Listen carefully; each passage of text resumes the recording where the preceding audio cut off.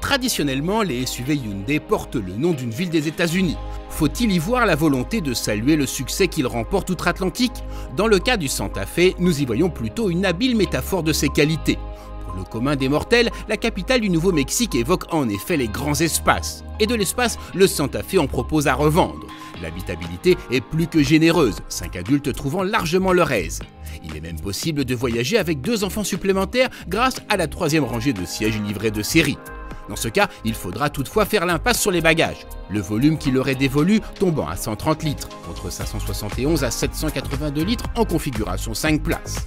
Des États-Unis, la Santa Fe a également hérité le goût pour une esthétique que les communicants qualifieront de clivante.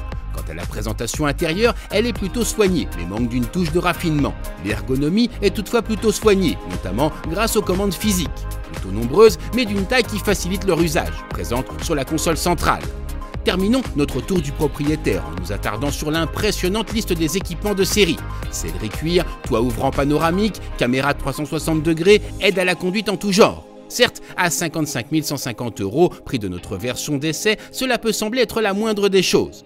Mais relevons que le Toyota Highlander, son unique rival avec son cousin, la Kia Sorento, n'en offre pas plus hormis la transmission intégrale, malgré un tarif supérieur à 66 000 € et une qualité de finition largement inférieure.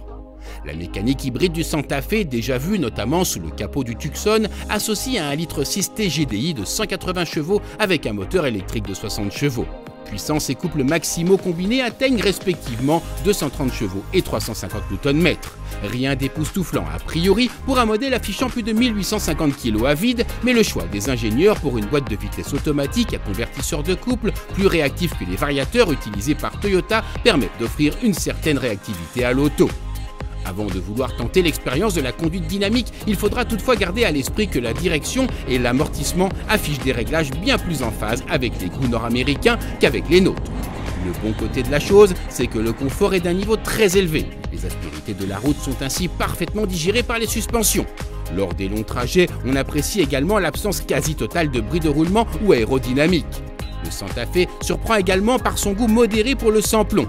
Lors de notre périple, il s'est contenté d'environ 7,5 litres au 100 km, avec une étonnante, dans le sens positif du terme, moyenne de 7 litres au 100 km sur autoroute.